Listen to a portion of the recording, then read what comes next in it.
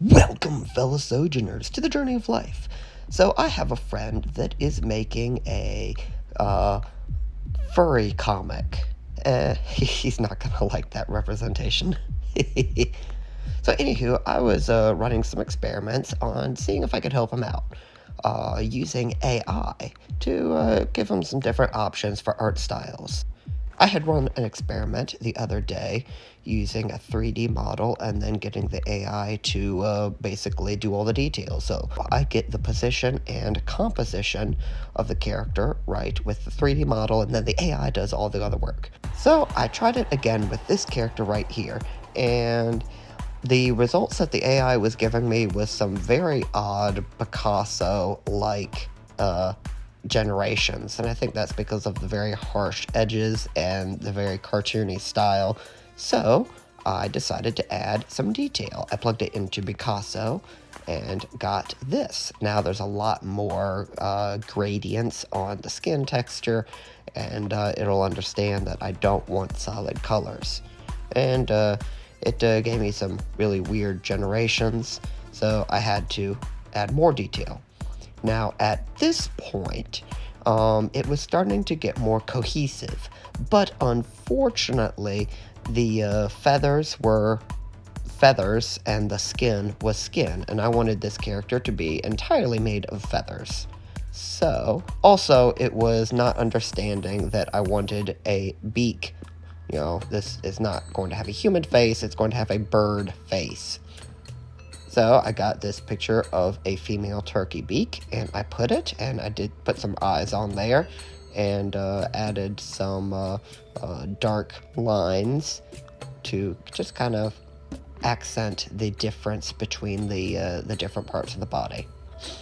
And this was giving me some really good results, but unfortunately, the skin was still skin, and the feathers were still feathers. That is why I did this. I got some feather textures and put them over top of the skin. And this, it helped get me more feather-like textures for some of the generations, but it was just making bird things now. It didn't understand that the wing on the right side of the body is separate from the torso of the body. And so it was just making birds, like big plump birds. I think that is because when I put the textures on, it flattened the all of the image out, so you couldn't tell what was highlighted and what was shadowed.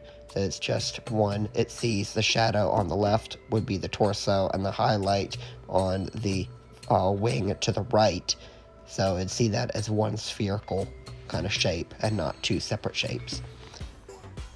So I did this. Yeah. I added highlights, I added shadows, and at this point, I had spent like 2 hours working on this monster of a project.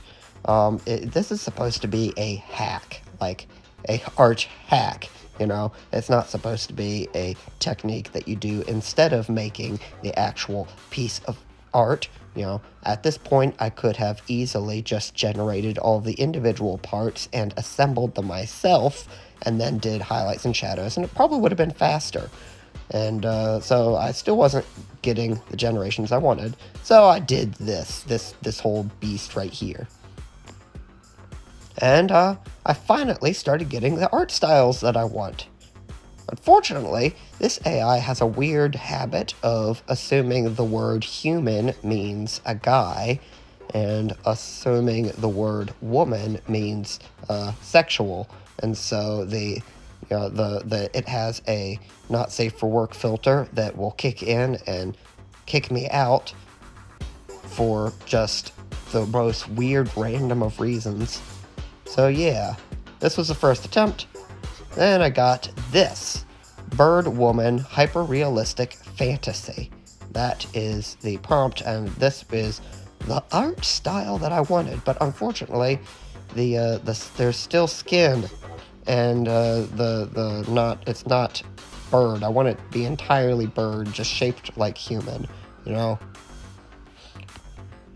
This was the last result that I got. At this point, I'd spent 2.5 hours working on this. It kind of looks like Arrow from the Misfit Artists a little bit, except for the face. Like, I don't know what's going on up there. I gave up. I decided this is not a viable option for female characters, but it was an interesting experience nonetheless.